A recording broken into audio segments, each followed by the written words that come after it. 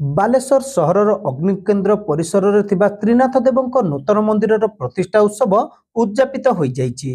20 ତାରିଖର ଅଧିବାସ ପରେ ଘଟସ୍ଥାପନ ସହ ପ୍ରତିଷ୍ଠା ଉତ୍ସବ ଆରମ୍ଭ ହୋଇଥିଲା। ବୁଢ଼ାବଳଙ୍ଗ ନଦୀର ବାଲିଘାଟରୁ ଘଟ ଉତ୍ତୋଳନ କରି ମହିଳାମାନଙ୍କ ଦ୍ୱାରା ଏକ କଳସ ଶୋଭାଯାତ୍ରା ଅନୁଷ୍ଠିତ ହୋଇଥିଲା। 21 ତାରିଖରେ କୁଣ୍ଡ ମଣ୍ଡଳାଦି ପୂଜା ପରେ ଯଜ୍ଞ ମଣ୍ଡପରେ ଘଟସ୍ଥାପନ ସହ ଯଜ୍ଞ ଓ ପ୍ରତିଷ୍ଠା ଉତ୍ସବର ବିଧିମତ କର୍ମକାଣ୍ଡର ଶୁଭାରମ୍ଭ ହୋଇଥିଲା।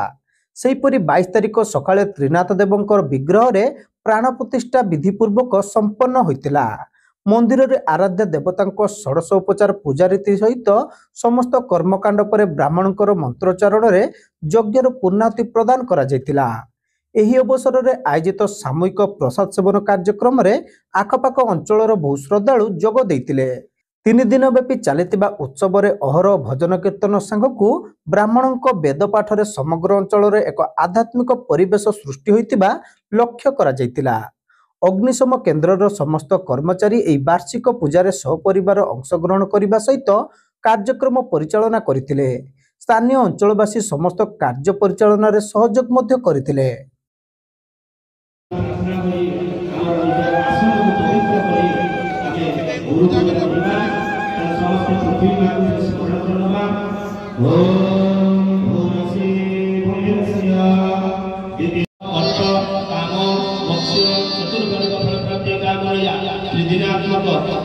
मंदिर प्रतिष्ठा पूर्णाहुति दिवस आदो पृथ्वी पूजा, दीप पूजा, गुरु पूजा, सूर्य पूजा वो पूजा कर्म करवार घटे हाथ पृथ्वी जक्ष पृथ्वी ब्रह्मा पृथ्वी माही वंशे वो घोरसे वंशस्य प्रजापतिंसि प्रस्तार पंक्ति छंदा स्वयं लक्ष्मणा देवता आसन संदेश बोले दिंतु पृथ्वी भगवान मंदिर धरि धरि आगामी अपना वर्ष टिकट के फूल दिंतु धरि धरि माइते नम धरि धरि गंधम नम धरि धरि